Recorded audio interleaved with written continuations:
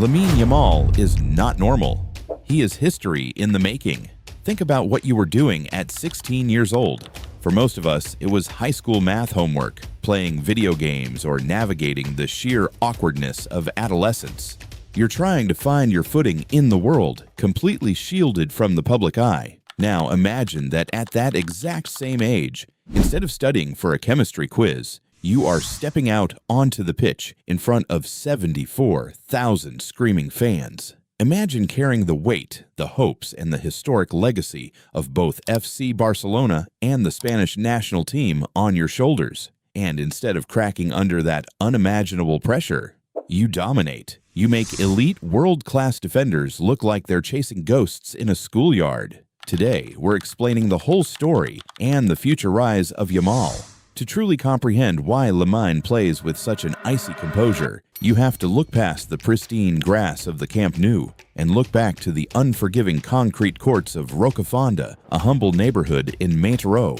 This isn't a Silver Spoon Academy story. Rocafonda is a vibrant working-class community built by immigrants, including Lamine's Moroccan father and Equatorial Guinean mother. On these hard concrete cages, there are no soft fouls, no tactical structures, and absolutely no room for fear. You play against grown men and older kids who will use their physical size to push you around. If you want to survive, let alone win, you can't rely on brute strength. You have to be smarter. You have to develop lightning-fast reflexes, absolute spatial awareness, and a level of street-smart grit that simply cannot be taught in a modern, sterilized academy system. Every single time Lamine scores on the global stage, he flashes the numbers 304 with his fingers. It's the postal code for Rocafonda. It's a quiet but defiant reminder to the world and to himself of exactly who he is and where he came from. He carries his neighborhood with him, and that raw street football DNA is exactly why his style feels so refreshing,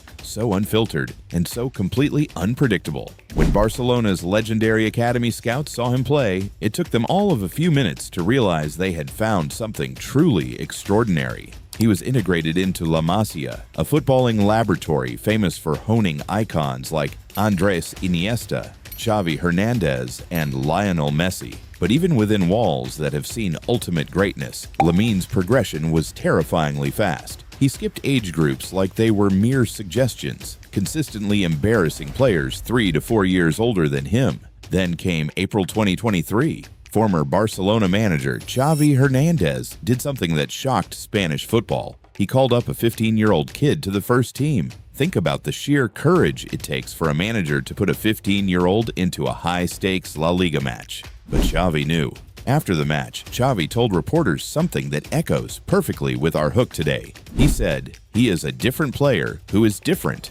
He doesn't look 15 years old. He is very mature." Xavi threw him into the deep end, not as a publicity stunt, but because Lamine was already operating on a cognitive level that defied his birth certificate. So, what makes him so uniquely dangerous on the pitch? Let's break down the tactical profile of a prodigy. Lamine Yamal operates primarily as an inverted right winger. In modern football, a lot of wingers are highly predictable. They receive the ball, sprint in a straight line, and try to beat their marker with pure, raw pace. If you take away their space, you neutralize them. But Lamine doesn't rely solely on explosive speed. His ultimate superpower is his cognitive pacing, his mastery over time and tempo. Watch how he approaches a defender. He will completely stop the ball dead in its tracks. He lures the defender into a false sense of security, dropping his shoulders, waiting for them to make the first move, to commit their weight just an inch in the wrong direction.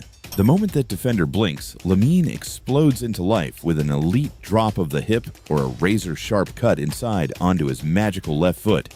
But here's the real kicker. He isn't a selfish dribbler. Most young wingers get tunnel vision. They want the glory of the solo goal. Lamine has the vision of a veteran midfield maestro. He can execute a devastating trivela cross, slip a hidden through ball between 3 defenders, or unselfishly lay it off to a teammate in a better position. His decision-making process under maximum duress is flawless. It's a rare combination of street hustle unpredictability and rigid La Masia tactical discipline. If club football introduced him to the world, Euro 2024 was his official coronation. Going into the tournament, the global football community knew he was good, but many wondered if an international tournament of this magnitude would be too heavy a burden for a kid who was literally bringing his school homework to his hotel room. Instead, he turned Euro 2024 into his personal playground. The defining moment of his young career came in the semi-final against a star-studded French team.